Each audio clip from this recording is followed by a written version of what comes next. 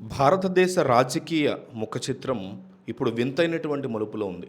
ప్రజాస్వామ్యానికి వెన్నెముక లాంటి ఎన్నికల ప్రక్రియ మీద జనాల్లో రకరకాల అనుమానాలు మొదలయ్యాయని ఆంధ్రప్రదేశ్‌లో వైసీపీ నుంచి దేశంలో ఉన్నటువంటి అనేక ప్రతిపక్ష పార్టీలు తీవ్ర ఆరోపణలు గుప్పిస్తున్నాయి.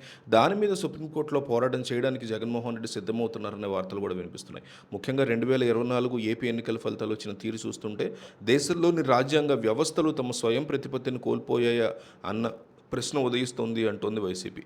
ఎలక్షన్ కమిషన్ ఇచ్చే లెక్కల్లో అస్థిరత ఉండడం ఆందోళన కలిగించే విషయమని, పోలింగ్ రోజున గంట గంటకి చెప్పే ఓటింగ్ శాతానికి చివరిగా ప్రకటించే సంఖ్యకి మధ్య చాలా వ్యత్యాసం కనిపిస్తోంది అని అంటోంది వైసీపీ. ఇది కేవలం సాంకేతిక లోపం అనుకోవడానికి వీల్లేదని, ఎందుకంటే వేల సంఖ్యలో ఓట్లు అదనంగా ఎలా వచ్చాయన్న దానికి సరైన సమాధానం ఎక్కడా దొరకట్లేదు అంటున్నారు. ఈవీఎం మెషిన్ల పనితీరు మీద కూడా ప్రజల్లో నమ్మకం తగ్గుతోంది. సాఫ్ట్వేర్ సాయంతో ఒకే రకమైనటువంటి ప్రోగ్రామింగ్ చేసి ఫలితాలను ప్రభావితం చేసే అవకాశం ఉందన్న వాదనలు బలంగా వినిపిస్తున్నాయి. ముఖ్యంగా 2011 జనాభా లెక్కల్ని ఇప్పటికీ ప్రామాణికంగా తీసుకోవడం వల్ల పెరిగిన కొత్త ఓటర్ల లెక్కలు ఎక్కడికి పోతున్నాయో ఎవరికీ అర్థం కావట్లేదు అంటున్నారు. ఓ పక్క టెక్నాలజీ పెరుగుతున్నా ఎన్నికల నిర్వహణలో పారదర్శకత లేకపోవడం ప్రజాస్వామ్యానికే పెద్ద ముప్పుగా మారిందంటున్నారు.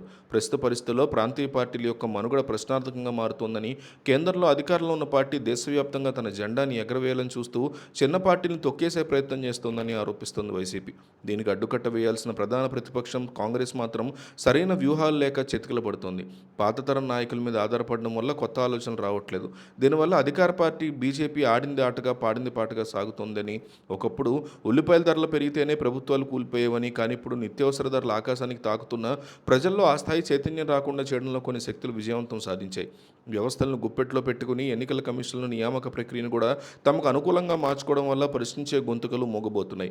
రాజ్యాంగబద్ధమైన పదవుల్లో ఉన్నవారు కూడా కేవలం ఒక పార్టీకి అనుకూలంగా నిర్ణయాలు తీసుకోవడం వల్ల సామాన్య ఓటరు తన ఓటు హక్కు విలువను కోల్పోతున్నారని ఆరోపిస్తున్నారు వైసీపీ వారు. ఓటు అనేది ప్రజల ఆయుధం అని చెప్తారు, కానీ ఆ ఆయుధమే మొరాయించేలా వ్యవస్థను తయారు చేశారనిపిస్తోందని వైసీపీ తీవ్ర ఆరోపణలు గుప్పిస్తోంది.